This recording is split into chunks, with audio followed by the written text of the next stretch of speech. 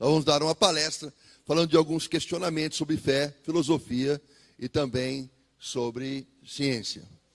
Mas antes vamos começar com uma oração, ok? Vamos ficar de pé?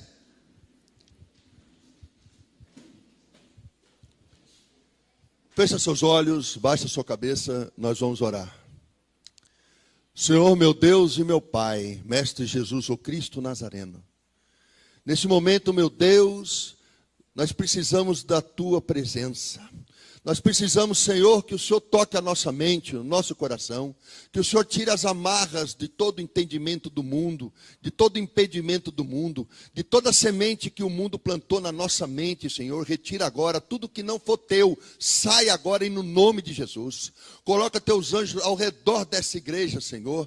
Traz à tona todo entendimento, Senhor, da tua obra, da tua presença, da tua pessoa em nossa vida. Nos toca no nosso coração. Pai, para a honra e glória do Teu nome, assim nós oramos e Te agradecemos, em no nome do Pai, do Filho e do Espírito Santo. Amém. Podemos sentar. Pode colocar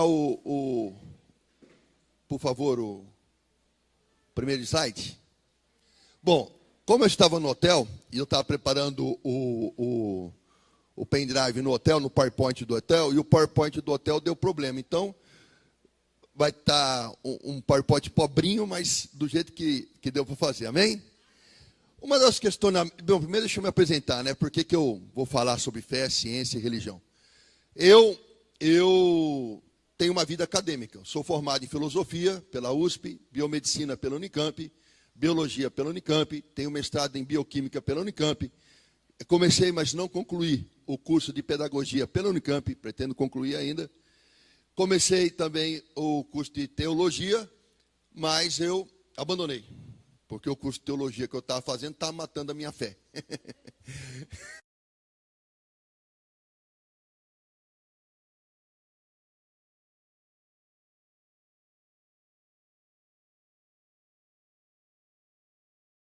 E aí o amor que nos liga a Ele traz a sabedoria dele em nós, porque a inteligência, a cultura, a sabedoria que nós achamos que temos, na verdade, não nos pertence, foi dada por Ele. Tudo pertence a Ele. Todas as coisas criadas pertencem a Ele, do início ao fim. Ele é o alfa e o ômega, o princípio e o fim de todas as coisas. Então, com muita vida acadêmica, na verdade, eu fiquei 22 anos na universidade e dei aula durante 15 anos em faculdades e cursinhos pré-vestibulares. Muitas dúvidas surgiam na mente minha, antes de me converter, e também vi muitas dúvidas surgirem na mente de alunos antes e depois que eu me converti. Algumas, poucas dessas questões, eu trouxe aqui para a gente discutir. Eu vou dar uma palestra, e assim que acabar, está aberto a perguntas, e vocês fiquem livres para perguntar qualquer coisa, ok?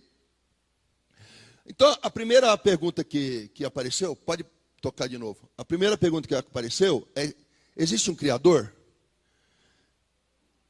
Questões existenciais. Da onde eu vim? Por que existo? Para onde eu vou? São 3 perguntas que todo ser humano, numa determinada altura da vida, ele se faz. Afinal de contas, por que eu nasci? Qual o objetivo de eu ter nascido? A vida não é fácil. Desde que você nasce, dói. A vida dói. Quando você nasce, a sua cabeça tem que passar por um espaço chamado vagina. E ela é maior do que a vagina. Esse osso chamado parental, no bebê tem um espaço. Quando um parental se junta ao outro, tem uma sutura dos ossos. É aberto no bebê. Para quê? Para que um osso se sobreponha a outro, a cabeça do bebê se achata para ele poder passar, enquanto a bacia da mãe se dilata. O bebê nasce com dor, porque ele nasce se machucando. Nascer dói. Crescer também dói. Dói os ossos, dói a articulação, dói quando nasce o dente. Quando você está no útero da sua mãe, você está no conforto. Lá dentro tem alimento, tem proteção. Mas assim que você vem aqui fora, sofre. Porque a temperatura sobe, a temperatura desce. Você tem fome, você chora para comer. Você tem sede, você chora para beber. Você sente muitas sensações novas. Em toda a sua infância, você passa por muitos sofrimentos. Você vai mudar de escola? Dói. Você vai começar a aula? Dói. Dói entrar num portão de uma escola e você ver sua mãe no carro indo embora. Dói. Dói para você muitas coisas. Desde que você nasceu, você sofre algum tipo de dor. Existem dois tipos de dores: a dor física e a dor emocional. A dor emocional dói mais do que a física. Então, você fica um dia, quando a sua mente começa a amadurecer, uma pergunta que a gente faz é: vale a pena viver? Por que eu nasci? Porque dói, viver dói, é muito cansativo. E você olha para a sociedade, você vê mal em todos os lados: assassinatos, estupros, pedofilia, maldade de toda a natureza. Aquele amigo que você confiava te trai, o namorado te trai, a namorada te trai, alguém te rouba, alguém que você confia muito abusa de você. Então você se vê numa rede de coisas ruins. Então você começa a questionar a própria existência. Por que eu nasci? Por que eu nasci? Aí, quando a pessoa é jovem ainda, principalmente dos 13 aos 15, 16 anos, tudo é muito intenso. A adolescência, tudo é muito intenso. Aí a pessoa começa com esse questionamento maior, e muitos jovens se suicidam. Aquele jogo Baleia Azul, que levou muitos ao suicídio, não é a primeira estratégia de Satanás para levar adolescente ao suicídio. Tem um livro escrito por Jean Paul Sartre, que matou 5.000 adolescentes na Alemanha, e ele é proibido lá até hoje. Então o Baleia Azul já existia antigamente, em livros. Hoje se usa a internet. Então o mundo tem uma propensão ao suicídio. Você sabe qual é a coisa mais curiosa que tem? As nações onde você tem menos Deus e mais condição econômica, financeira e intelectual, é onde há maior índice de suicídio. Exemplo, Suécia. A Suécia não tem pobre. O povo não passa fome, o povo todo tem curso superior, o povo tem uma qualidade de vida excelente, mas o povo não tem Deus. E uma das maiores taxas de suicídio do mundo é lá. Por quê? Porque o dinheiro, o diploma, o emprego e o conforto na vida não são capazes nem de impedir que você sofra e nem de responder um questionamento: por que é que eu existo? Será que eu sou fruto de um acidente? Eu sou fruto do acaso? Qual a razão? Isso chama-se crise existencial, questões existenciais. Depois vem uma outra pergunta: para onde que eu vou? Para onde eu estou caminhando? Quando você é jovem, você não tem muita noção disso, porque você tem uma vida toda pela frente. Você fala 17, 20 anos, não, nem penso, tanto assim no futuro. Mas eu tenho 52. Quando eu olho para o espelho, eu falo: eu tenho 52 anos. Mas peraí, como é que eu cheguei aqui? Foi tão rápido. Aí eu falo assim, quando eu tenho 20 anos, quando tem 20 anos, você fala assim: pô, daqui até 90 é uma vida toda, isso eu nem penso nisso. Mas quando eu tenho 50 anos, eu falo 50, 60, 70, 20 anos. Aí vem 80, estou no lucro. Máximo 30 anos, 35 anos para eu viver. Então eu tenho mais tempo vivido do que para viver. Então eu estou caminhando mais perto do fim. E quando a pessoa da meia idade, que é o meu caso, está indo para a melhor idade, ela começa a questionar se a vida valeu a pena. Será que a vida valeu a pena? O que eu fiz da vida? Será que ela tem um sentido? Para onde que eu vou? Será que daqui para lá ainda dá tempo de fazer alguma coisa? Será que eu tenho uma outra direção para tomar? E mais, será que com a morte essa vida acaba? Ou tem alguma coisa além? E a outra pergunta, que é exatamente essa: para onde eu vou, de onde eu vim, porque existe para onde eu vou. Tem vida após a morte? Aí eu tenho algumas coisas para conversar com você a respeito disso. E a primeira coisa que eu tenho para falar sobre isso não é nem sobre fé, é sobre biologia. Existe um gene da fé. Um gene. O que é gene? Meu filho é um gene. Não. Gene é um pedaço do DNA que produz um RNA, que produz uma proteína, que produz em você alguma característica. Isso é um gene. Gene é um pedaço de um DNA. O que é DNA? Ácido desoxirribonucleico. Produz um RNA, ácido ribonucleico, que produz uma proteína que desenvolve em você uma característica. Essa característica é chamada de fenótipo ou de genótipo. Fenótipo, característica ligada ao gene que eu vejo a olho nu. Genótipo, característica ligada ao gene que eu não vejo a olho nu. Por exemplo, a cor da sua pele, a cor do seu cabelo, eu vejo. Então isso é o seu fenótipo. Se você tem tendência para música, aquele ouvido absoluto, ouvir uma música, reproduz, é uma característica que você tem genética, é um genótipo, eu não vejo a olho nu. Teu temperamento, teu comportamento, quando ele não está manifesto, por exemplo, você é um cara agressivo, você fala bom dia por quê? Se você é essa pessoa, enquanto você não me responder atravessado, você tem esse temperamento agressivo, esse teu temperamento agressivo é genótipo. Quando ele se manifesta e eu vejo, ele é fenótipo. Então eu tenho um DNA que gera um RNA, que gera uma proteína. Essa proteína faz osso, músculo, cabelo, unha, garras, bico de ave, faz penas, faz chifres. Essa proteína também gera comportamento. E os cientistas da biologia, mapeando o DNA humano, o genoma humano, descobriram uma coisa, que no DNA humano existe um pedaço dele, um gene, que é responsável pela fé. Então presta bem atenção no que eu vou te dizer. Todo ser humano no planeta Terra está programado celularmente, geneticamente, para acreditar em alguma coisa ou em alguém. Você tem 1 trilhão de células no seu corpo. Cada uma dessas 1 trilhão de células necessita acreditar em alguma coisa. O ser humano nasce com uma porção de fé. Ah, mas e o ateu? O ateu tem mais fé que eu. Porque até para falar que Deus não existe, ele tem que acreditar que Deus não existe. Algumas pessoas acreditam que Deus não existe. Outras pessoas acreditam que Deus existe. Outras pessoas acreditam em uma filosofia de vida. Outras pessoas acreditam numa política. Outras pessoas acreditam num determinado autor. O fato é que todo ser humano nasce geneticamente com fé. Agora, fé em quê?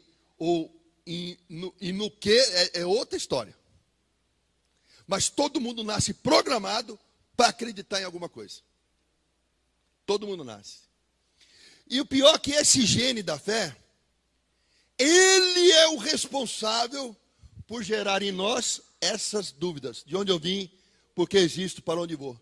O único animal do planeta Terra que tem esse questionamento, que sabe da sua finitude, que sabe que a vida acaba e que questiona a vida é o ser humano. Embora todos os seres vivos tenham DNA, embora todos os seres vivos tenham genes, o único ser vivo do planeta que tem um gene que o faz questionar a sua própria existência é o ser humano. No meio de bilhões de espécies, é o ser humano o único.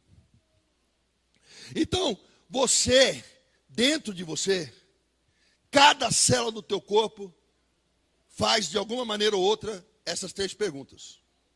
Para encontrar o quê? Para encontrar uma razão para viver. Uma razão para sofrer e ainda permanecer aqui.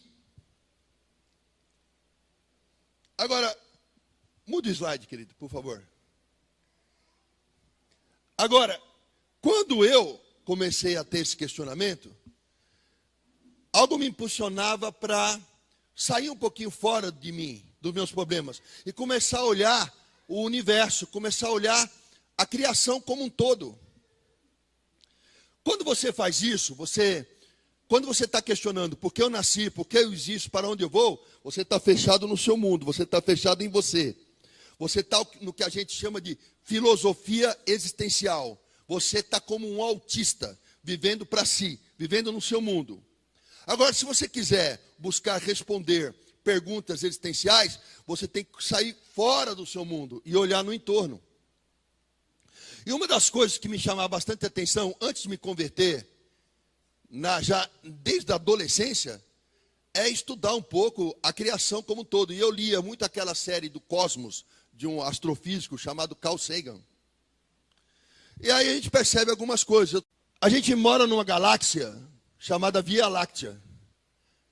Ela tem 1/5 de quilômetros. Isso aqui. A luz demoraria 100 mil anos para cruzar toda a Via Láctea. Essa galáxia que a gente mora, chamada Via Láctea, ela tem 100 bilhões de estrelas. Só que uma galáxia tem 100 bilhões de estrelas. O universo todo contém 50 bilhões de galáxias. Cada galáxia dessa tem bilhões de estrelas, como o nosso Sol que a gente vê. E para piorar, como se não fosse grande o suficiente tudo isso, o universo está ainda se expandindo. E ele é regido por leis como gravitação, eletromagnetismo, força nuclear forte e fraca. Quando eu olho para essa situação, a primeira coisa que me dá é uma sensação de pequenez muito grande. Eu, em relação à Terra, já sou pequeno. Agora, se eu considerar que a Terra está numa galáxia que tem 1/5 de quilômetro, qual é o meu tamanho?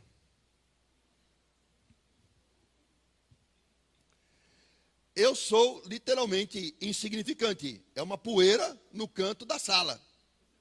Uma poeira. Um grão de areia na praia.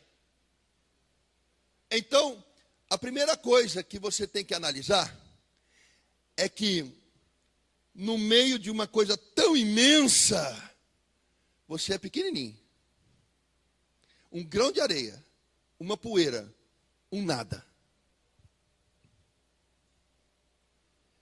Quando eu junto a fé com isso, a primeira coisa que me causou estranheza, que causou espanto, bom espanto, foi que eu li na Bíblia que o universo inteiro cabe na palma da mão de Deus. Que tamanho tem esta mão? Quando eu descobri que na mão de Deus cabe 50 bilhões de galáxias, e eu descobri que só a mão dele é desse tamanho, eu disse, se esse homem que tem essa mão me ama, então estou protegido. Que são problemas meus perto desse homem aí? Desse Deus que se tornou homem, que é Jesus. Nesse Deus maravilhoso. Olha o tamanho desse Deus. Aí eu olho para o tamanho do meu problema.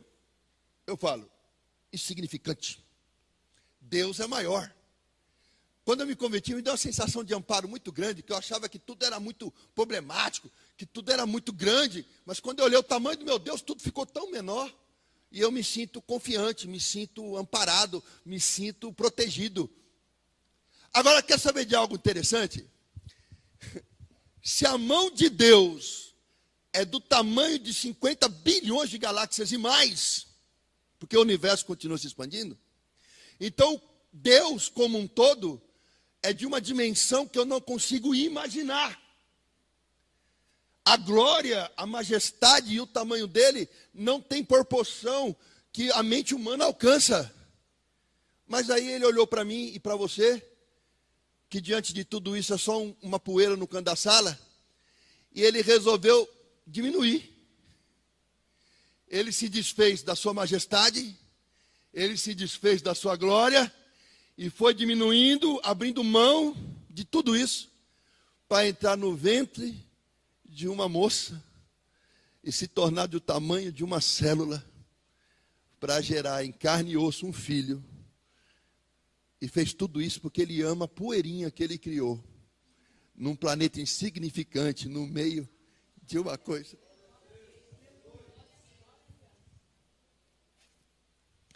Quão grande é o meu Deus, cantarei quão grande é o meu Deus, todos hão de ver quão grande é o meu Deus. Ele não precisava passar por nada. O universo cabe na palma da sua mão. Ele é majestoso, é glorioso. Tudo se inicia e termina nele. Mas ele quis sofrer o nascimento, ele quis sofrer o sono, a fome, a sede. Ele quis viver na carne o que você vive.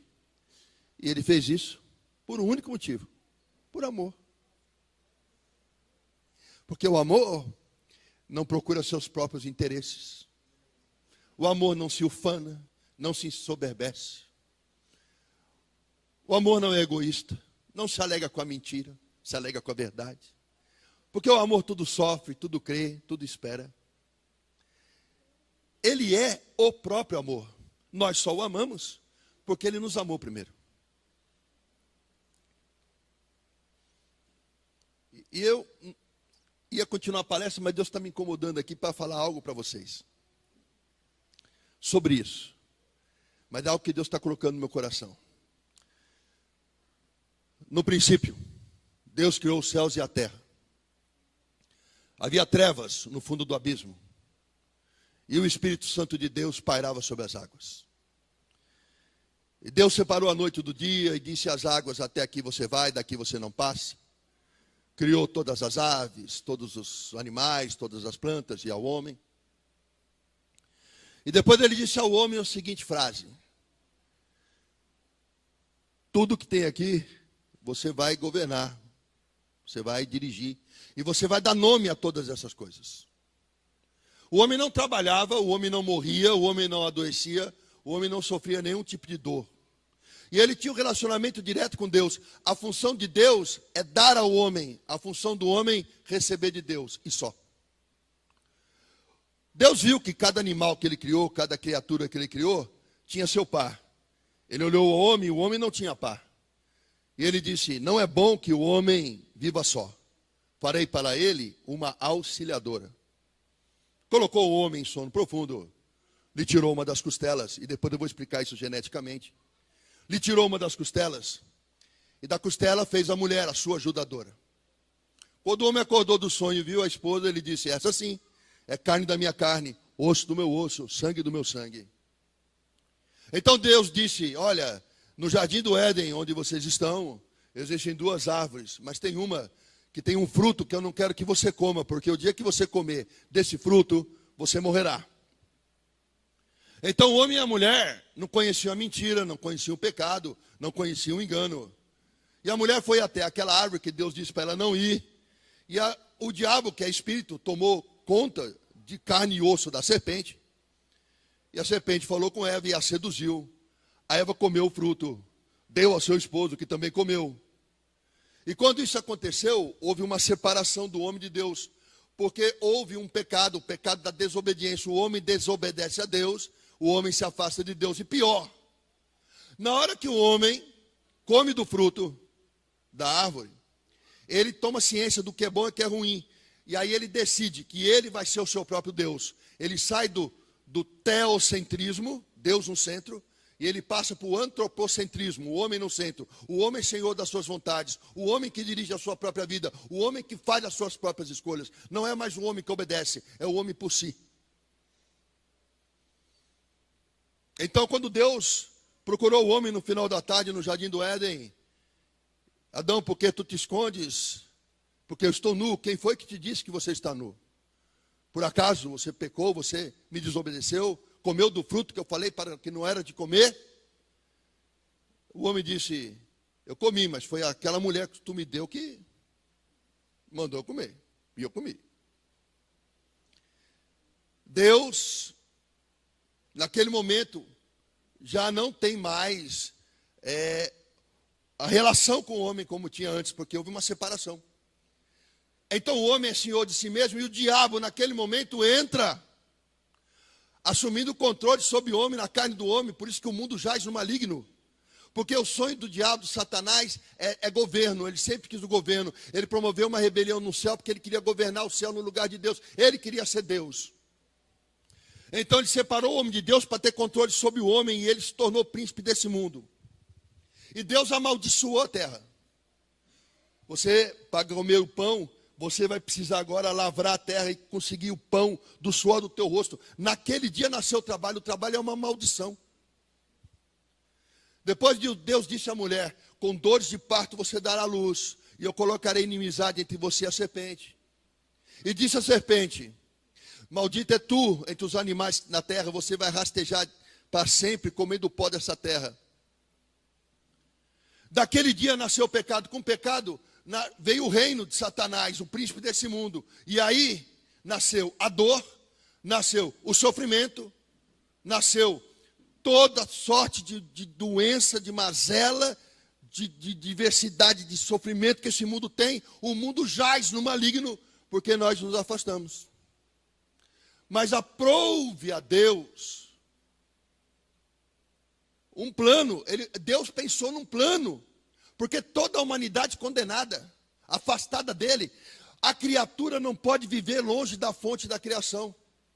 A criação, a vida, está no Criador. Se eu me afasto do Criador, eu estou morrendo, eu estou sem vida. Então toda a humanidade está no pecado, toda a humanidade condenada à morte, toda a humanidade afastada de Deus, toda a humanidade longe do Criador. Da onde eu vim, por que eu existo, para onde eu vou, são perguntas que Adão, quando estava com Deus, não fazia, porque ele sabia a razão de existir. Eu existo para te adorar.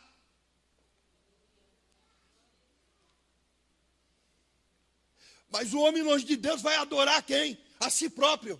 Ele se torna um Deus, adorador de si. E como ele é criatura, finito, não tem a compreensão de Deus, não chega nem perto disso. Ele é uma pessoa, um homem, é uma criatura agora cheia de angústia, cheia de crises existenciais, e gerando dor a cada atitude, aprendendo com os erros, e cada erro produz uma cadeia de dores e sofrimentos. Aí muita gente pergunta: se Deus é tão bom, por que o mundo sofre? O mundo sofre porque nós escolhemos esse caminho.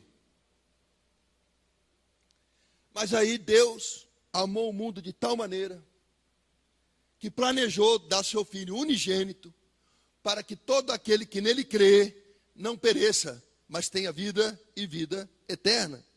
Então, se pelo pecado de um homem, pela desobediência de um único homem, toda a humanidade se separou de Deus, planejou Deus, pela obediência de outro homem, toda a humanidade seria resgatada.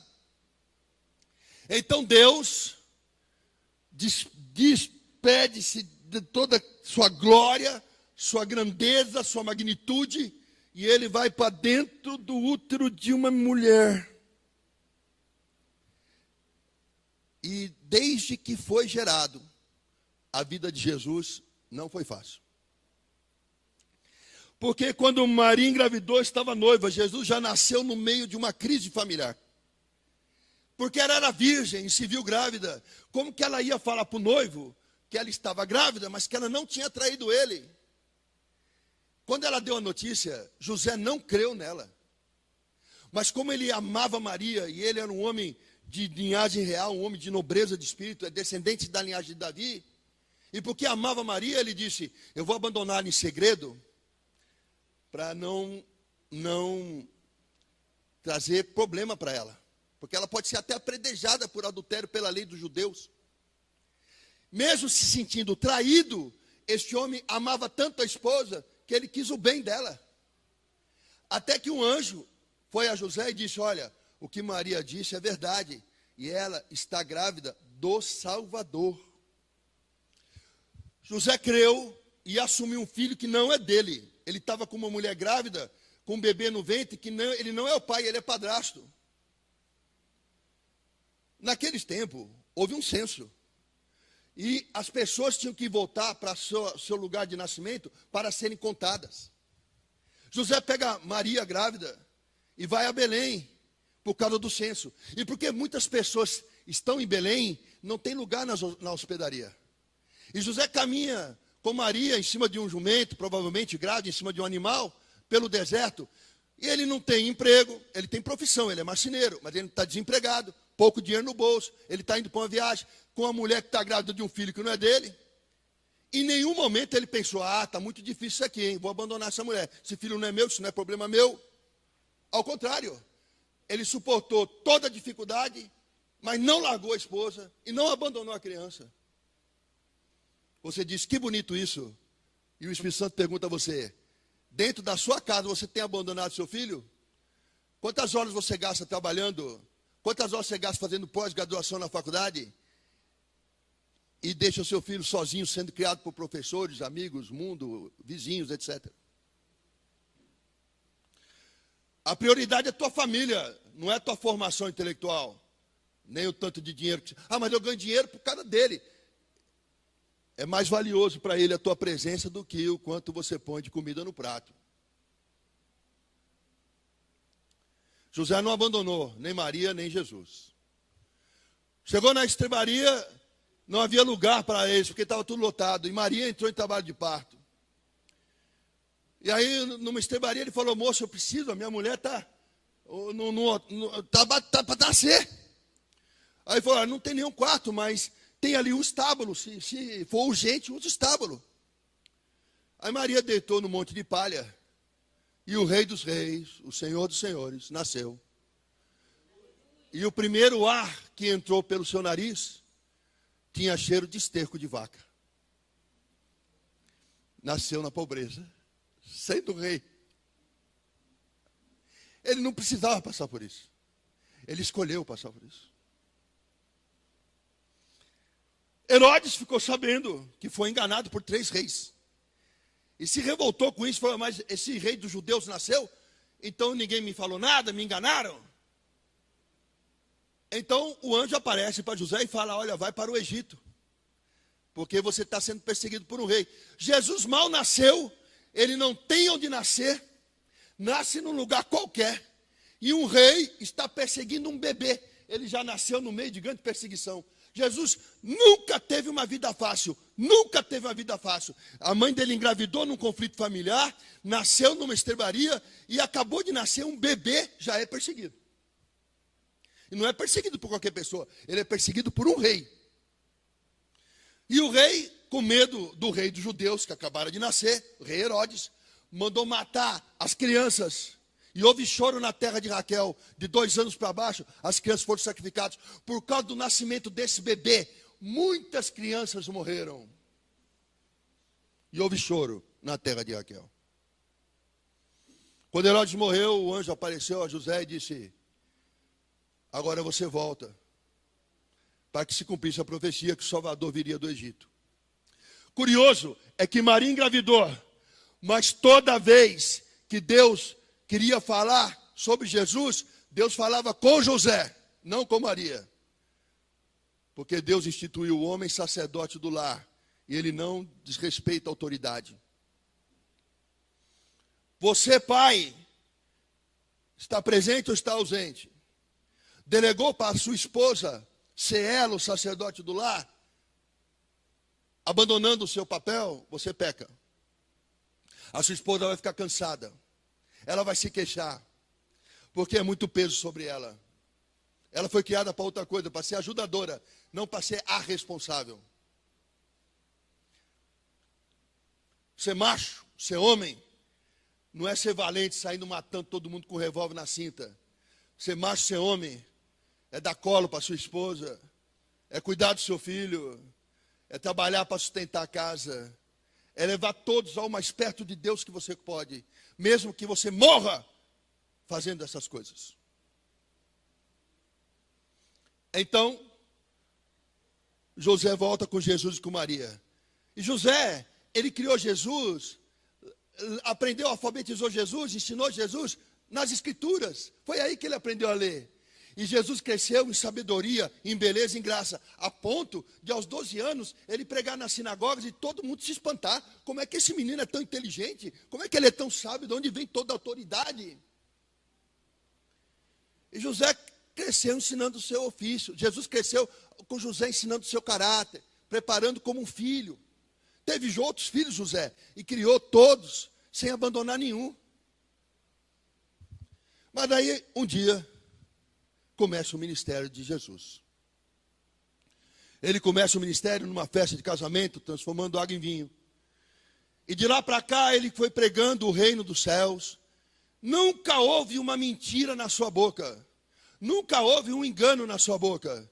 E ele deu prova de que era Deus, porque ele curou o cego, ele curou o coxo, ele curou o leproso, ele levantou o paralítico, ele curou as almas das pessoas, ele trouxe a salvação. Mas antes de Jesus começar o ministério, Deus levantou para preparar o caminho. E este era primo de Jesus. Chamava-se João o Batista. Que no ventre de Isabel recebeu o Espírito Santo. Quando Maria se aproximou grávida, o bebê se agitou. Esse homem era um homem muito estranho. Porque ele era feio, ele era cabeludo, ele era barbudo, todo desganhado. Ele usava uma roupa que era feita de pele de animal.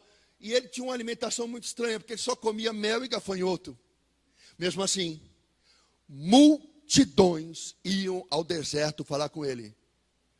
Mas espera aí, multidões vão por uma igreja, por quê? Porque o pastor é bonito, o terno é chique, o sapato cromo alemão. Não, ele era feio, cabeludo, barbudo, comia mel e gafanhoto e tinha pele de camelo. Então não é pela aparência que a multidão ia para o deserto.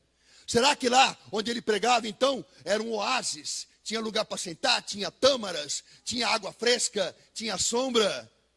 Será que a multidão ia para o deserto para ter conforto? Não. Ia para o deserto para tomar sol na cabeça, sentar na areia quente. Não havia conforto. Então, certamente o discurso desse homem devia ser um discurso da doutrina da prosperidade. Vai falar que todo mundo vai ficar rico, vai ser uma benção, né? Vai ter muito louvor, 10 horas de louvor, 5 minutos de pregação, é o que eu quero. Profecia, profetada, é lá que eu vou. Não, as palavras dele eram duras, eram palavras de arrependimento. Endireita teu caminho, apruma tuas veredas, que aquele que há de vir virá. Era tanta autoridade nesse homem que ele apontava para o castelo e dizia: Herodes, seu adúltero, para de dormir com a mulher do teu irmão. E o rei tremia, porque multidões o seguiam. Quando Jesus, o Cristo, foi à presença dele, João disse: eu não sou digno que lhe amarre as alpargatas, quanto mais te batizar, não posso te batizar. E Jesus falou: é necessário que você me batize.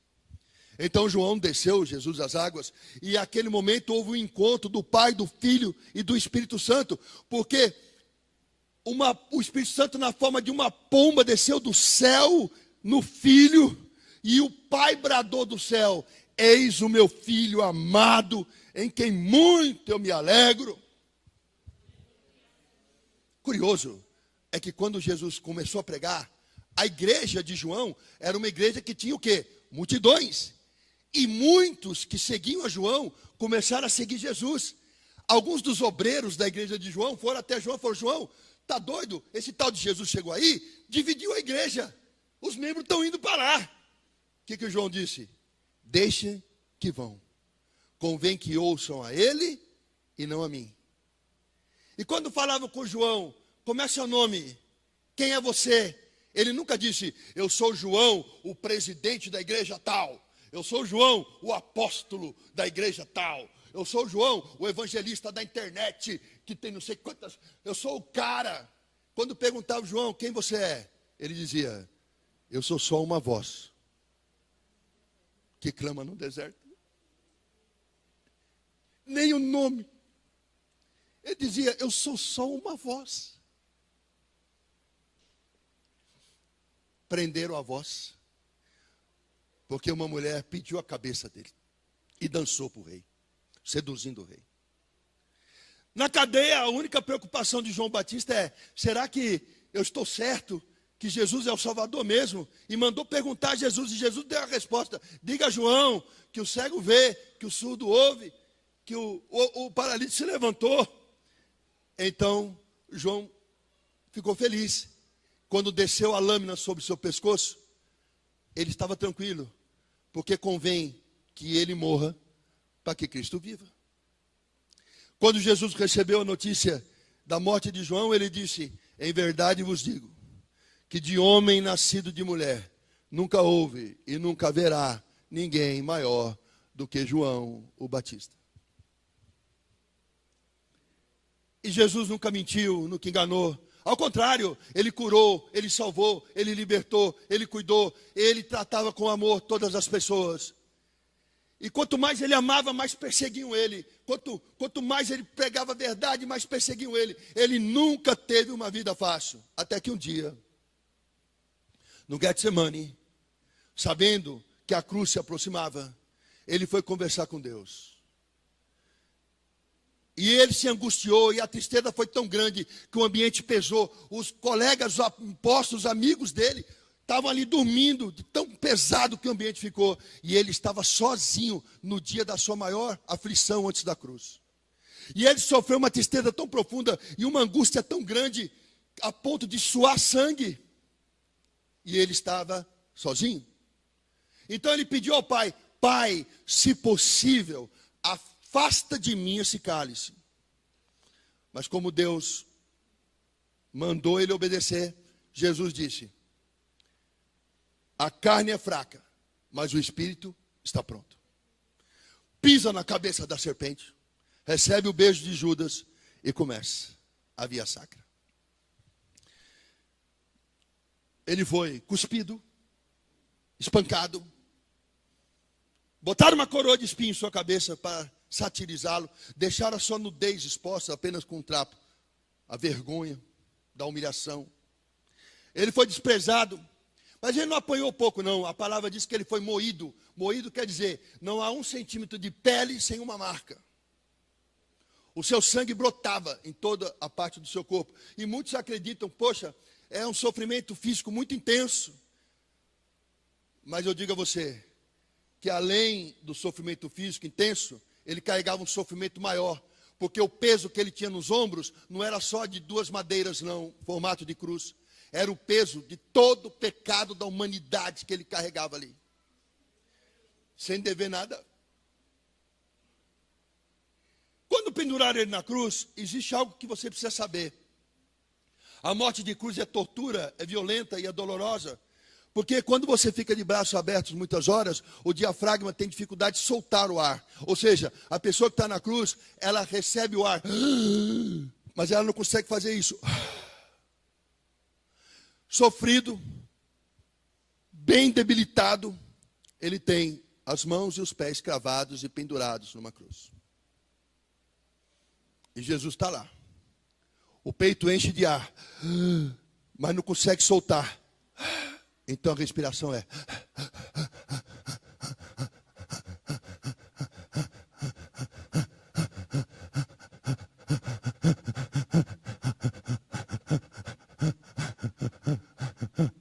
O tempo todo.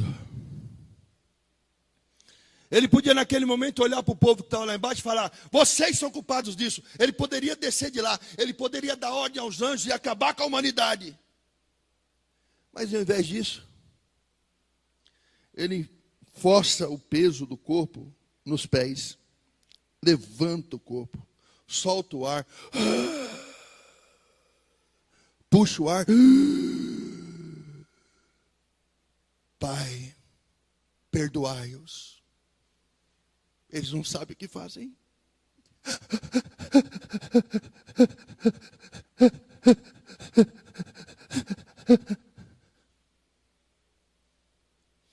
Na dor, ele só sabia amar.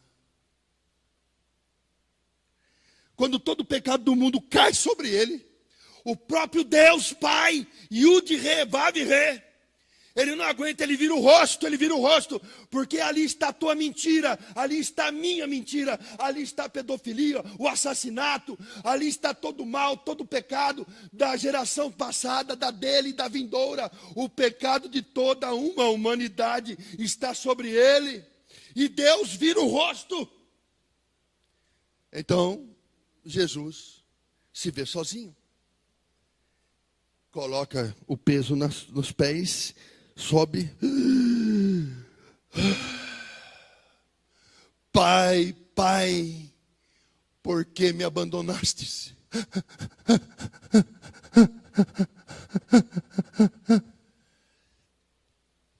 Ninguém o matou. Ele se deu em sacrifício. Por fim, ele firma os pés, estica o corpo. A ti eu entrego o meu espírito. E morre.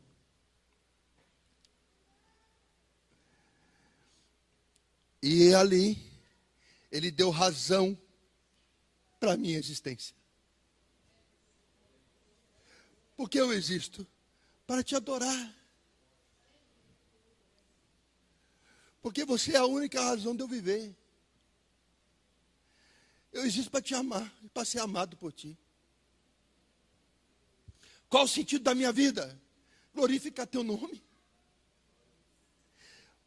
Fazer tudo que eu puder na terra, nos meus dias, para pregar o evangelho a todas as criaturas. Para amar como o Senhor amou, incluindo os meus inimigos. Para perdoar quem me ofende. Para abençoar quem me amaldiçoa. Para beijar a face de quem me trai. Para dar a capa a quem me pede. Para andar quilômetros ao lado de alguém que eu mal conheço. Por isso que eu vivo. E para onde eu vou? Para um lugar onde toda lágrima será enxugada, onde não haverá mais dor nem sofrimento. Eu serei chamado de filho e o Senhor de pai. Eu estou de passagem. Então, para você que tem a revelação da cruz, a tua vida é só um sopro. Por que se perder durante a caminhada, já que ela é tão breve, diante da eternidade? Por que crucificar a Jesus de novo, insistindo no pecado, no erro, alimentando a carne e os desejos do coração, em detrimento de um sacrifício maior? Por quê? Qual o sentido disso? Qual a razão da sua existência? Sem Deus. Sem Deus ela não tem sentido.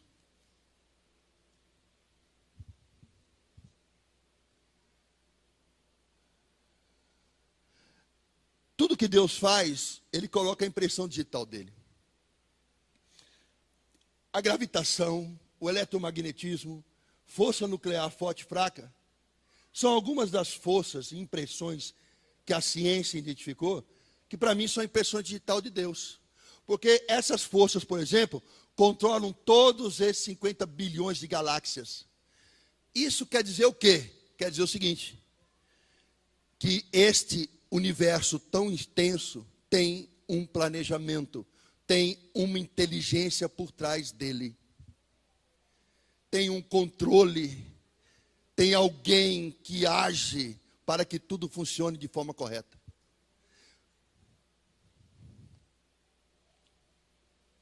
A gravitação afeta objetos, grandes planetas, estrelas e galáxias. O eletromagnetismo é a principal força de atração entre os prótons e elétrons, permitindo a formação de moléculas. O átomo tem prótons e nêutrons no seu núcleo e tem elétrons que estão na eletrosfera circulando. Para formar uma molécula, um átomo tem que se ligar ao outro. Ele se liga por ligações covalentes, dativas ou iônicas, compartilhando elétrons, formando moléculas. A força nuclear forte é a força que liga os prótons e nêutrons entre si no núcleo do átomo. A força nuclear fraca é a força que governa a desintegração dos elementos radioativos e eficiente atividade termonuclear do Sol. A força nuclear fraca é a atração do núcleo aos elétrons. Elementos essenciais à vida não poderiam existir sem a regulagem perfeita entre as quatro forças manifestadas no universo. Só para citar essas quatro forças é o seguinte: o núcleo de um átomo atrai os seus elétrons em 8 camadas, K, L, M, N, O, P, Q, com 2, 8, 18, 32, 32, 18 e 2 elétrons. Se a força eletrostática ali, da atração do núcleo nos elétrons, for um pouco maior ou um pouco menor, esses elétrons aproximariam ou iriam embora. Impediria a formação de uma molécula. Sem molécula não há vida. Quem mantém essa força atuando? A precisão que essa força tem que ter é maior do que o de um relógio suíço. Quem pensou nisso? O acaso? Foi por acaso? A força de gravidade que o núcleo do átomo exerce sobre elétrons é a mesma que se reproduz, por exemplo, numa galáxia, ou num sistema como o sistema solar, em que as forças gravitacionais mantêm os planetas distantes do Sol naquele espaço certinho. Se a Terra fosse 1 grau mais próxima do Sol, ou mais distante do Sol, a vida aqui seria impossível. Quem mantém essa distância calculada e constante? O acaso?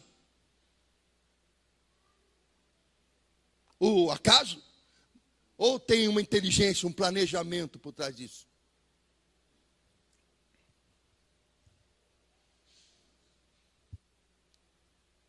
Pode rodar.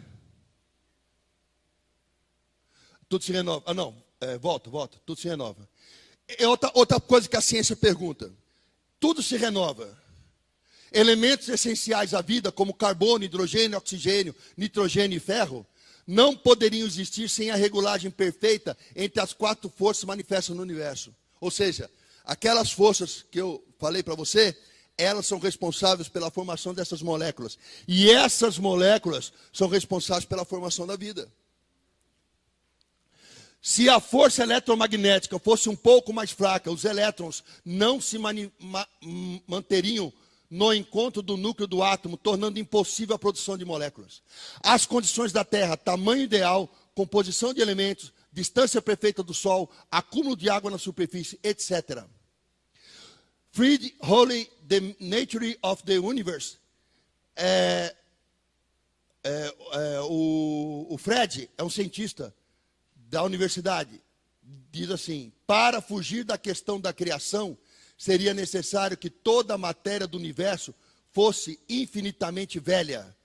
O que lá não pode ser. O hidrogênio é constantemente convertido em hélio e em outros elementos. Como se dá, senão que o universo consiste quase só de hidrogênio? Se a matéria fosse infinitamente velha, isso seria totalmente impossível. Vemos assim que, pelo que o universo é, a questão da criação não pode ser ignorada. Isso quer dizer o seguinte: esse cientista está dizendo o seguinte, Rowley, está dizendo o seguinte: se o universo fosse criado do acaso, as coisas envelheceriam. Mas o que a gente observa é que tudo é renovado. Tudo acaba e recomeça, acaba e recomeça. Isso só pode ser compreendido com a ideia de um Criador. Se a coisa acontece por acaso, ela tem início, meio e fim. Como as coisas se renovam, ela não tem fim. Só pode se renovar quem cria. Então se admite o entendimento, tem-se o entendimento de que há necessidade de ter algum criador. Então uma prova de que tem uma mente por trás do universo é que o universo se renova. O universo se renova. Só pode renovar quem é capaz de criar. Fazer de novo. Muda. Origem da vida. Terra primitiva. O que a biologia diz? Que a Terra era um conglomerado de gases tóxicos unidos por um centro de gravidade, vazia de vida e sem forma. E bate com a Bíblia isso aí. Daqui a pouco o planeta Terra está rodando no universo e ele está dissipando calor, ele está esfriando. Aí se cria no entorno do planeta Terra uma crosta fria, dura, essa que você está pisando, a crosta terrestre. As erupções vulcânicas começam a acontecer e vapor d'água sobe na atmosfera através das erupções vulcânicas. E aí a Terra se vê envolta em nuvens. E tempestades torrenciais varrem a Terra durante milhões de anos. E os ventos sopram a 300 km por hora. E a temperatura do planeta chega a 200 graus Celsius. Aí o livro de bioquímica da universidade diz o seguinte: que ao acaso, exclui a ideia de um criador, ao acaso, carbono, hidrogênio, nitrogênio e oxigênio se encontraram numa pocinha d'água, no meio de tempestade torrencial, no meio de erupção vulcânica, no meio de vento, no meio de tudo. 4 átomos, ao acaso, se encontraram numa pocinha d'água e formaram a primeira molécula orgânica. A chance matemática disso ser verdade é 0,5301%. É mais fácil acreditar em Deus. Isso é como admitir que isso é verdade. É o mesmo que você admitir que um caminhão-tanque invade o Pão de Açúcar, pega fogo, cai da prateleira farinha, ovo e fermento e sai do incêndio um bolo com calda de chocolate. É preciso muita fé para ser ateu. O cara tem que ter fé. Ateu tem mais fé que eu e você.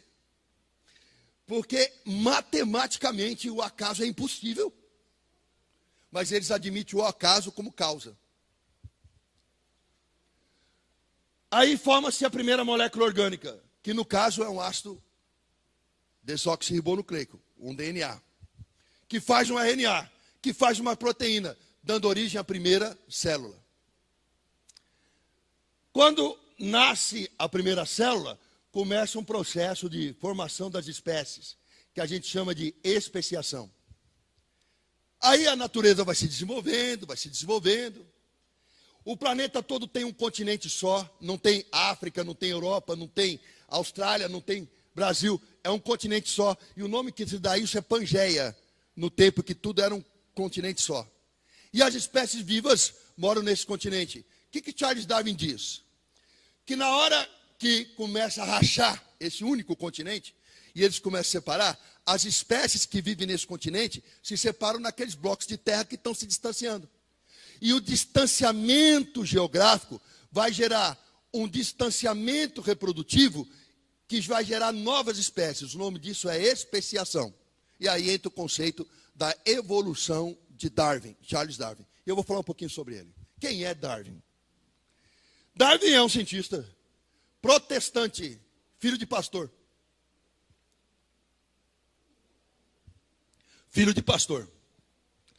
Darwin ele não tinha dinheiro, ele também não tinha nobreza, não tinha título. E naquele tempo, para você galgar uma universidade, ou você tinha que ter muito dinheiro, ou você tinha que ter título de nobreza. E ele não tinha nenhum dos dois. Quem era o pai de Charles Darwin? Ele era um comerciante, pastor e comerciante. Só que tem um detalhe, o pai de Charles Darwin quebrou, faliu, não tinha mais R$1 no bolso. Aí ele falou para o Charles Darwin, você só tem duas saídas. Ou você vai entrar no mosteiro para virar monge, virar padre, ou você vai para o exército morrer. Aí o Charles Darwin falou, mas estudar não pode? Ou é padre, ou é a morte. Não, mas lá na faculdade você não tem como entrar, porque lá você não é nobre, você não tem, né? Eu estou falido. A gente não tem como. Mas Charles Darwin tinha um dom. Ele era muito bom em desenho. Aí ele descobriu que estava sendo fabricado um navio de pesquisa chamado Beagle, na Inglaterra. E que esse navio de pesquisa, ele ia dar a volta ao mundo fazendo experimento científico. Por causa da sua habilidade e por causa de alguns contatos, ele conseguiu a vaga na universidade. E a universidade era Universidade de Ciências Naturais, que mistura física, química e biologia num curso só. E ele era um aluno medíocre. Todo mundo tirava 10. Quando tirou Darwin? Tirou 5. Bonito, né? Ele não tinha notão, ele não era um gênio. Mas quando o navio Beagle ficou pronto, precisaram dele, porque as pessoas iam viajar o mundo todo e precisavam de alguém para desenhar o que via, as árvores, os animais. Então ele entrou no navio e ele se tornou um taxidermista. Palhava animal, aprendeu a fazer isso. Então, um dia, ele caminhou, obrigado, ele caminhou no Beagle, o Beagle fez a volta na América do Sul, pegou o Oceano Pacífico e parou num lugar chamado Ilhas Galápagos, que é um arquipélago de ilhas próximas umas das outras. Aí Charles Darwin desceu do barco e viu numa ilha um pássaro com bico comprido, peito branco, penas azuis e patas vermelhas. Foi a remo para outra ilha, reme. E encontrou na outra ilha o mesmo pássaro, com penas azuis, peito branco, pata vermelha, só que o bico, em vez de ser comprido, era curvo assim. A única diferença é o bico. Aí ele reparou o seguinte, na ilha que tem a ave de bico comprido, tem larvas em troncos velhos. O bico comprido serve para furar o tronco velho, colher a larva e a ave se alimentar. Na ilha próxima, que tem a ave de bico curvo, não tem muita larva em tronco, mas tem semente. Então, a ave usa o bico curvado para comer a semente.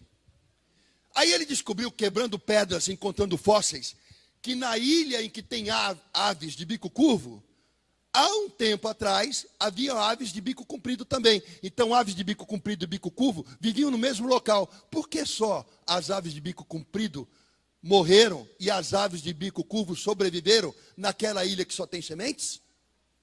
Então, Charles Darwin chegou à conclusão que é o seguinte. Quando as larvas dos troncos velhos foram extintas, a ave de bico comprido não tinha o que comer e morreu.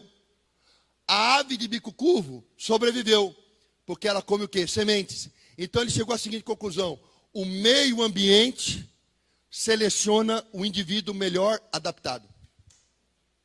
Aí ele começou a quebrar fósseis e ele começou a descobrir que nos ossos, nos esqueletos de animais primitivos que ele encontrava, que tinha semelhanças. Por exemplo, ele viu que na barbatana de uma baleia tem os mesmos ossos que na mão de uma humana.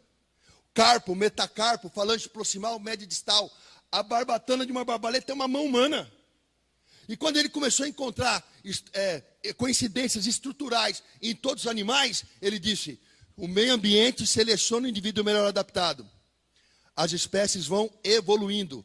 Uma espécie nasce da outra espécie. E elas se modificam por causa da seleção natural. Só que ele era filho de pastor. Ele era crente e perdeu a fé. Aí ele escreveu um livro, Origem das Espécies. E sabe o que ele fez com esse livro? Botou na gaveta por 20 anos. Com medo de magoar o pai, que era pastor. Aí, perguntaram um dia para Darwin. Escuta aqui, eu entendi. A ave de bico comprido morre porque não tem larva. A de bico curvo sobrevive porque come semente. Mas peraí, da onde veio esse bico curvo aí? De onde a ave tinha um bico comprido? Como é que esse bico ficou curvo? Darwin não tinha resposta. Aí nasceu um monge, chamado Gregor Mendel. Mendel, um monge, ele no mosteiro, ele plantava flores. Ele não criava cabra, ele não fazia contabilidade. Ele olhou para o mosteiro e falou: esse mosteiro está muito, muito feio, muito cinza, muita terra, muita neve. Sabe que é uma coisa? Eu vou plantar flores. E ele foi plantar flores. Aí, Gregor Mendel começou a fazer um experimento com enxerto. Ele viu um dia no jardim uma flor branca, muito branca, branca, das mais brancas flores que tinha no jardim. Aí ele olhou outra flor vermelha, muito vermelha, das mais vermelhas flores do jardim. Aí ele pegou um galinho da flor vermelha, fez um talinho assim na flor branca e grudou o talo da flor vermelha na flor branca. O que ele viu nascer? No meio daqueles dois talos, nasceu uma flor cor-de-rosa. Rosa é vermelho fraquinho, é o branco com vermelho. Então ele começou a estudar cruzamentos de plantas de botânica. Até que um dia ele resolveu trabalhar com ervilhas. Por que ervilha? Porque ervilha tem algumas características. Primeiro, ervilha se autofecunda. A flor da ervilha, faz de conta que eu sou uma flor de ervilha. Aqui em cima tem o pólen. Aqui dentro tem o ovário. A flor, ela é um órgão sexual completo, masculino e feminino ao mesmo tempo. Então eu sou uma flor de ervilha. Bateu o vento, o pólen cai dentro do ovário e fecunda a flor. Ela fica grávida dela mesma. Então não foi um beija-flor que levou, não foi uma abelhinha que levou, não foi o vento que levou o pólen para fecundar outra flor. Ela se auto-fecunda. E se uma planta se auto-fecunda, tem a segunda característica, ela gera descendentes sem mistura genética. Se nascer verde é verde, se nascer amarelo é amarelo. Ah, mas se amarelo é verde. Não, é amarelo, verde é verde. Se nascer lisa é lisa, se nascer rugosa é rugosa. Então ele consegue controlar o nascimento das ervilhas. Aí ele começou a fazer cruzamento de ervilha amarela com verde, lisa com rugosa. E ele descobriu o seguinte, ele descobriu a resposta que Darwin não deu. Da onde veio o bico curvo das aves que só tinham o bico comprido? Gregor Mendel descobriu. O gene descobriu que aquele bico curvo veio através de um negócio chamado mutação genética. Mistura de genes também. Ele tinha a resposta que Darwin não tinha. E até hoje tem uma injustiça muito grande. Ninguém fala assim que a genética nasceu do Mendel. Fala que é neodarwinismo. Sendo que Darwin não tinha noção disso. Aí então, o livro de Darwin foi lançado, o livro das espécies, e o trabalho de Gregor Mendel foi lançado. E aí criou uma separação de fé e razão. A humanidade falou, Deus não criou nada. Deus não existe, porque Darwin provou que a evolução, ela é real. O meio ambiente seleciona o indivíduo melhor adaptado. E Gregor Mendel disse que essa adaptação é gerada por uma mutação ou cruzamento de genes. Descobriram o gene. Então disseram assim, o ser humano não foi criado por Deus. Ele veio de algum animal. E quando você ouve falar aí que o homem veio do macaco porque Charles Darwin disse isso, Charles Darwin nunca disse isso. Se você ler o livro das espécies, ele nunca disse que veio do macaco. macaco. Ele diz que o homem vem de uma espécie animal, ainda por ele não definida. Concluiu-se que é o macaco com os anos, porque se encontra em estruturas ósseas semelhantes, muito semelhantes ao humano. Então a humanidade se separou. Os caras falam, quem é crente é idiota, quem crê em Deus é burro, analfabeto e não sabe de nada. E uma outra parcela da humanidade disse, a ciência superou a fé. Para combinar, para piorar, na Idade Média, havia um desconforto muito grande na Europa, no mundo conhecido. Porque quem tinha dinheiro, quem era burguês, enchia um navio de marinheiro, gastava muito dinheiro para viajar para as Índias, para pegar especiarias, trazer até a Europa e vender. Só que quando ele chegava na Europa, o rei tinha poder absoluto. O rei falava, gostei do que você trouxe, é meu. Mas peraí, rei, eu gastei, eu investi, o navio é meu, não tem nada teu. Eu sou rei, eu sou dono de tudo que você tem, inclusive da tua mulher, se você reclamar. E quando o povo, sendo roubado pelo Papa, pelo rei, foi ao Papa, escuta aqui, igreja, você não vai me defender, não? A igreja e a burguesia não, a igreja e a nobreza, elas tinham o quê? Associação. E a igreja botava medo no burguês e botava medo na tripulação do barco. Olha, não vai com ele não, a terra é plana, você vai cair no abismo. Olha, não vai com ele não, vai sair um dragão do mar e comer essa caravela.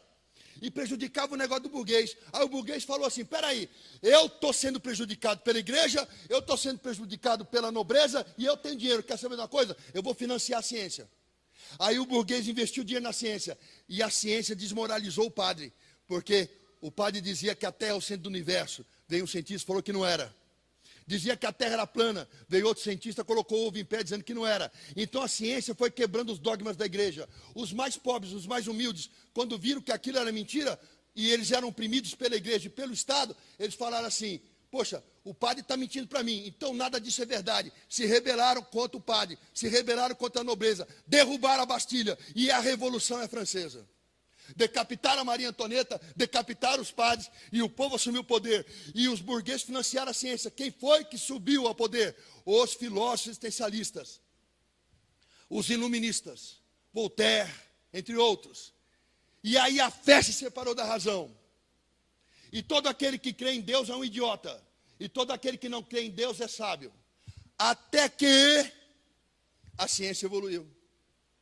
Chegamos em 2017. Concluímos o projeto Genoma, e aí vem umas perguntas que traz a fé de volta.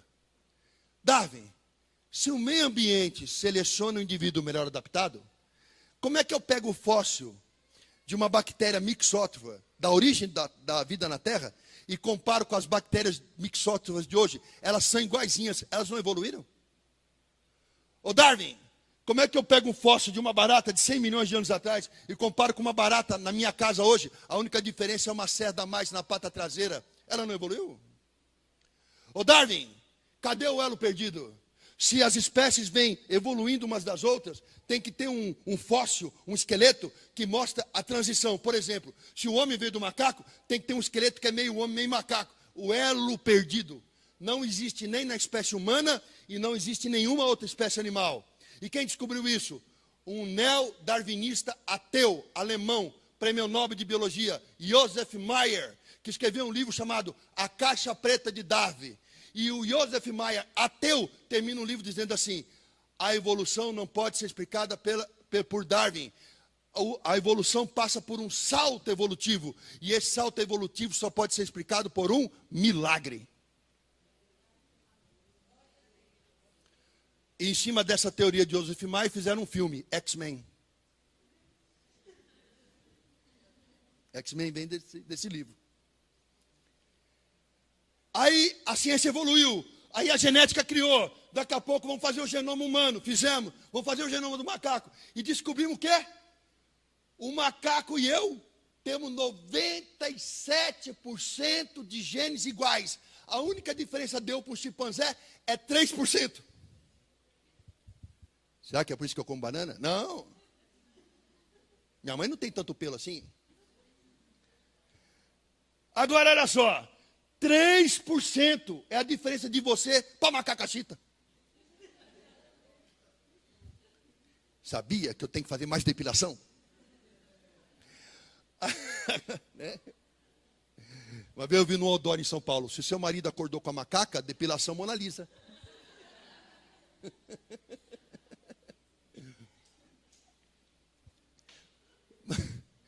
Eu lembro uma vez que eu fui pregar não falando mal da igreja, não estou falando mal da igreja, mas eu fui pregar na congregação, e tinha uma irmãzinha sentada na frente, ela tinha um saião, né, mas já me parecia a canela dela, e ela estava com uma meia grossa, uma meia bege, tipo meia Kendall, suave compressão, só que tinha uns pelinhos saindo para fora da meia, assim, uns pelinhos duros, parecia uma escovinha de mamadeira. Eu falei, aí eu fiquei olhando, falei, será que Darwin estava certo? Mas olha só, estava bonita aquela canela, eu não conseguia pregar, ficava só olhando para a canela. Falei, misericórdia. Pensou, se casa com a mulher dessa, é difícil, né? À noite ela passa a perna em você, você fala, estou dormindo com a mosca. Que mosca não fica assim? Agora olha só. Meu Deus, só de imaginar, meu Deus. Vamos voltar. Agora olha só, que coisa louca. Tem 3%, você e o chimpanzé só tem 3% de diferença. Agora põe o chimpanzé no espelho e põe você no espelho. Dá uma olhadinha nos dois. Você tem rabo comprido? Não. Como é que é o dedão do seu pé? É igual ao dele? Você fala assim, vou pegar essa lata de refrigerante e leva na boca para beber? Não. Você anda igual ao chimpanzé? Hã? Você vem para a igreja assim? Não. Você já reparou na boca do chimpanzé? Dá uma olhada na sua. Melhorou, hein? É muita diferença, não é? Agora, peraí. O chimpanzé, ele tem instinto? Mas ele tem a mesma inteligência que você? Chimpanzé faz conta? Chimpanzé faz foguete para ir para a lua? Chimpanzé se forma em faculdade? Mas peraí, você não é 97% igual a ele? A diferença não é só 3%? Pois a biologia não tem explicação para isso. A biologia diz o seguinte: 3% de diferença genética não explica toda essa distância fenotípica. Não tem explicação para isso. 3% de gene, você tinha que ser muito parecido com o chimpanzé. Mas você não é. E essa diferença tão grande não pode ser explicado por 3% de diferença de genes. Estamos encerrando. Outra pergunta que a ciência e a biologia fazem, eu estou encerrando. De onde vem a consciência? O único animal que tem consciência, que tem algum senso moral, é o homem. Os outros animais não têm. O cachorro não sabe que ele vai morrer. Ele vive todo dia feliz. Todo dia está feliz. Ele tem 15 anos, o cachorro vai morrer o ano que vem e ele está feliz. Ele só vive o hoje. Aliás, você tem que aprender com o cachorro, viver só o hoje. A gente tem muito que aprender com o cachorro. Você chuta o cachorro, pá! 2 minutos depois ele está te lambendo de novo. Perdoa seus inimigos. Não é não? Você dá de comer para ele, ele te ama. Você não dá de comer para ele, ele te ama. Ame, independente das circunstâncias. Tem que aprender com o cachorro. O cachorro está lá, feliz. Ele não sabe que vai morrer. Agora imagina se o cachorro soubesse que o ano que vem ele vai morrer.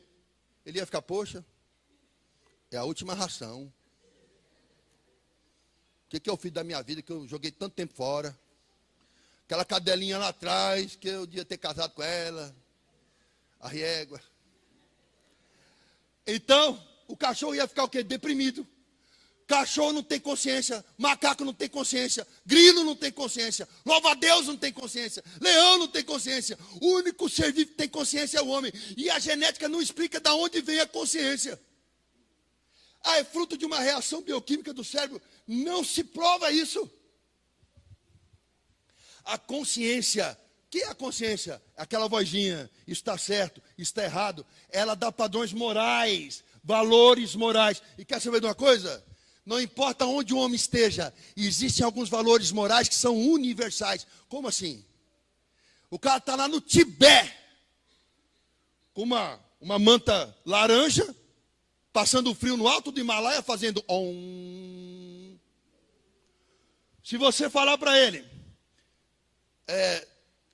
dorme com a sua filha. Eu falei, eu não posso fazer isso. Se você falar com um brasileiro, dorme com a sua filha, ele vai falar, não vou fazer isso, eu vou estuprar minha filha. Mas espera aí, são valores morais, com dois povos completamente distintos, com religiões distintas, mas tem valores morais que são o quê? Universais. Da onde veio esse conceito? Como que o homem nasce com padrões morais imutáveis, gerando um negócio chamado ética, que é diferente de cultura. Ética são princípios morais aplicados nas relações diárias. Isso é ética. A ética, a consciência e a moral humana só pode ser explicada por uma fonte superior de moral, consciência, inteligência e ética. Como nós viemos dessa fonte, ela se reflete em nós. Por isso, independente da cultura, ela se espalha pelo mundo todo. São princípios inabaláveis.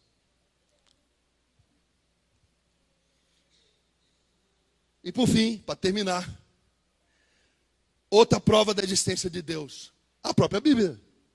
Tem muitas provas na Bíblia da existência de Deus. Mas aqui, eu coloquei só algumas. Existe uma harmonia e unidade na Bíblia. São 66 livros, escritos por 40 escritores, cobrindo 16 séculos, sem WhatsApp, sem internet, ninguém se conversava. Esses homens, na maior parte dos casos, nem se conheceram. Vieram de lugares distantes, de 3 continentes, escrevendo em 2 línguas principais, mas tem 4 línguas, mas 2 principais, idiomas que um não consegue entender o que o outro está falando. Devido a essas circunstâncias, em muitos casos, os autores nada sabiam sobre o que havia sido escrito. Muitas vezes um escritor iniciava um assunto e séculos depois um outro completava-o. Séculos depois, um outro completava. Quer dizer, um começava um assunto, o outro terminava séculos depois, com tanta riqueza de detalhes que somente um livro vindo de Deus poderia ser assim. Um só Espírito, manifestando-se em diferentes épocas, com diferentes línguas, em diferentes pessoas. Um só Espírito. Qual é a prova que eu tenho disso? O começo, o meio e o fim. Sem contradição, sem alteração. Eu identifico a identidade do autor, não pelo corpo físico de quem escreveu, mas pelo Espírito que o inspira. Outra prova. O cumprimento das profecias. Nascimento, onde? E tu, Belém, Efrata, pequena demais para figurar como grupo de milhares de Judá, de ti me sairá o que há de reinar em Israel, e cujas origens são desde os tempos antigos, desde os dias da eternidade. Por meio de quem? Portanto, o Senhor mesmo vos dará um sinal, e eis que a virgem concederá e dará à luz um filho que se chama Emanuel. Como e quem? Porque um menino nos nasceu, um filho nos foi dado.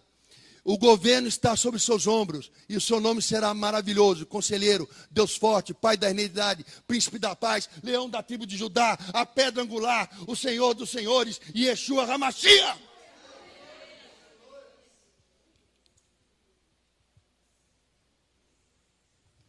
...700 anos antes de Jesus nascer, livro de Isaías, Velho Testamento, profetizou a vinda do Messias. Jesus não só cumpriu essa profecia, mas também cumpriu cerca de 300 declarações específicas sobre o Messias, encontrado em todo o Velho Testamento. Abaixo está somente uma amostra do que encontramos no livro de Isaías, quando comparado ao Novo Testamento.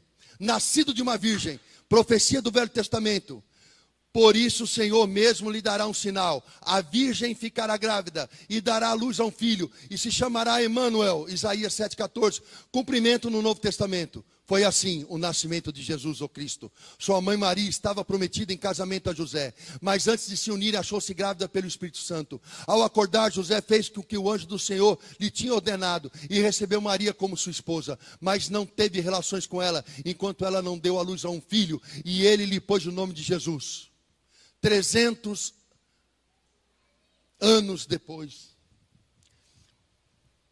Ministério de milagres, profecia no Velho Testamento. Então se abrirão os olhos dos cegos e se ataparão os ouvidos dos surdos. Então os coxos saltarão como servo, e a língua do mudo cantará de alegria. As águas irromperão no ermo e riachos no deserto. Cumprimento no Novo Testamento. Jesus respondeu: voltem e anunciem a João que o que vocês estão ouvindo e vendo. Os cegos vêm, os mancos andam, os leprosos são purificados, os surdos ouvem, os mortos são ressuscitados e as boas novas são pregadas aos pobres.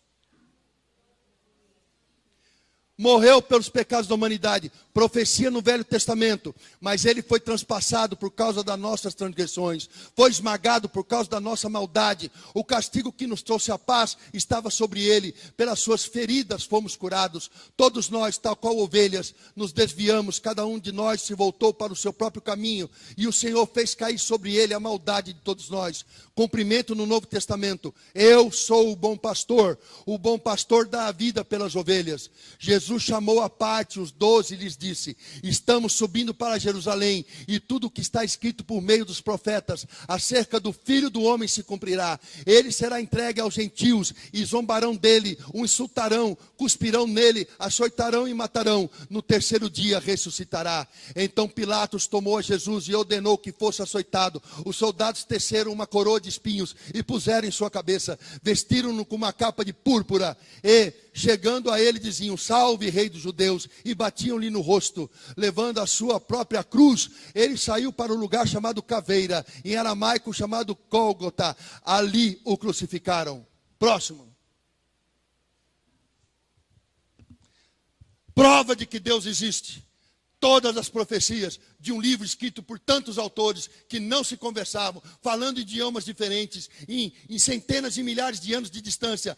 Aí tem um começo, um meio, enfim, uma lógica. E as profecias ditas há tanto tempo se cumpriram, e se cumprem, e se cumprirão, porque Jesus não é homem para mentir.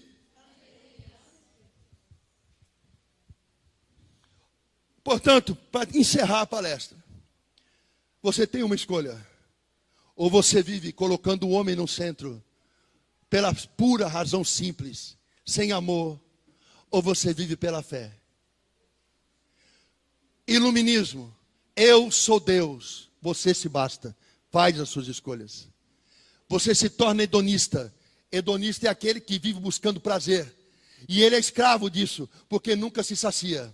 Hoje eu quero me prostituir, eu posso tudo, eu sou Deus, eu morreu, a minha vida acaba, não tem céu, não tem inferno. Eu posso saciar todas as vontades do meu corpo, eu vou dormir com todas as mulheres que eu quiser. Aí você sai com 1, 2, 10, 20 mulheres. Aí eu quero virgens, você sai com virgens. Aí daqui a pouco nasce uma outra vontade, eu quero adolescentes. Aí você vai com as adolescentes. Aí você sacia aquele desejo, surge outro, eu quero crianças. Aí você estupra crianças. Aí vem outro desejo, eu quero bebê. E a carne nunca pode ser satisfeita. E um abismo chama outro abismo. Aí você sabe da tua finitude. Aí você vive angustiado. O tempo é importante. Eu estou perdendo tempo. Eu estou me aproximando da morte. E aí você vive angustiado, sem dormir, preocupado, ansioso. Você não tem a quem recorrer. Quando a angústia te aperta, quando a dor vem, a única saída que você pode vir é abreviar a morte. Eu não vou envelhecer. Eu vou acabando aos poucos. Eu vou me enforcar. O salário disso é a morte. Prova disso: Voltaire foi um escritor que produziu obras, quase todas da forma literária, assinando peças, teatro, poema, romance, ensaio de obras científicas, históricas, 20 mil cartas e mais 2 mil livros panfletados.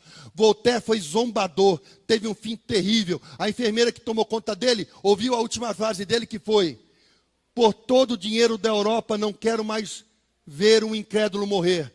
Durante toda a noite em que agonizava, ele pediu perdão. Nietzsche morreu louco, dizendo que era Jesus. Jean Paul Sartre se matou. E todos os iluministas e hedonistas tiveram um fim trágico, precoce, ou por doença sexualmente transmissível, ou por suicídio, ou por abusos das mais diversas ordens, que gerou várias doenças que o levou à morte precoce. Quando o homem se basta, quando ele fala: eu vou satisfazer minha carne, eu vou fazer tudo que me dá na telha, Porque não há mais vida após a morte. Você vai viver angustiado, preocupado, desejando morrer a cada dia da sua vida, sem jamais saber o que é felicidade e alegria, vivendo, satisfazendo a sua carne como um viciado precisa do crack, para ter momentos de alegria falsa. Enquanto que Homer, por exemplo, um ateu, a enfermeira relatou que no momento da sua morte, antes do coração parar, ele gritou: estou nas chamas. Ah, mas isso faz muito tempo. André Surak escreveu um livro, eu li. Ela disse que quando ela morreu no hospital, com aquela infecção na perna, ela viu Deus falar com ela e sentiu vergonha. Pediu a chance para que ele desse mais vida a ela. Ela voltou convertida, porque teve um encontro com o Senhor na morte. Mas os filósofos antigos, Aristóteles, Platão, quando um professor da escola falar para você: oh, você é crente, você é burro, vamos ser comunista, vamos ser esquerdista, tem o Karl Marx. Karl Marx era um vagabundo sustentado por um burguês, nunca trabalhou. Karl Marx foi um péssimo pai, foi um péssimo esposo, adúltero, vivia explorando os outros. E eu li o Capital 2 vezes. Eu li Karl Marx, li Durkheim, li Voltaire, li Freud. Eu li Jean-Paul Sartre, li Simone de Beauvoir. Eu li tudo isso aí. Eu li Foucault. E o que acontece? Qual é o problema do Capital? Karl Marx desconsiderou duas coisas. Primeiro, o capitalismo é plástico. Quando ele escreveu ou o socialismo ou a barbárie, ele desconsiderou que o capitalismo é plástico. Ele se molda. E desconsiderou a fé, porque ele era ateu. E a fé é uma válvula que elimina, diminui a pressão cultural, mantendo o capitalismo, a meritocracia. Então, quando um professor teu, viu, jovem, comunista, subir lá, você fala: tudo bem, a teoria desse homem é boa? Como é que ele viveu? Como é que ele morreu? Qual é o padrão moral dele? E se é o socialismo ou a barbárie, onde é que tem um lugar no mundo, me fala só um, que o socialismo funciona? Um só. Ele vai mentir, vai falar que a Coreia do Norte é maravilhosa. Aí você dá uns panfletinhos para ele do Bolsonaro e manda ele pregar lá, para ver o que acontece. Mas os filósofos antigos, Aristóteles e Platão, esse aqui é responsável pela filosofia que crê em Deus, esse aqui pela que não crê. E todos os filósofos do iluminismo estão baseados em Aristóteles. Aí eu vou encerrar dizendo o seguinte, para explicar para vocês melhor. Aristóteles dizia o seguinte: está vendo esse óculos? Está vendo ou não? Ele dizia, Aristóteles não, Platão dizia: esse óculos não é real. Real é a ideia do óculos. Alguém pensou no óculos. Então, esse óculos construído é a manifestação do pensamento de alguém. Então, quando perguntar para Platão o que é real, o pensamento ou o óculos? Platão dizia: real é o pensamento, o óculos é o pensamento materializado. Alguém pensou para fazer. Isso aqui é o pensamento de alguém que eu posso tocar. Quando Platão diz isso, ele está sendo teísta. Por quê? Porque Deus disse: haja luz e Deus pensava e materializava. Tudo que existe é materialização do pensamento de quem? De Deus. Deus mandava, a coisa acontecia. Isso é Platão.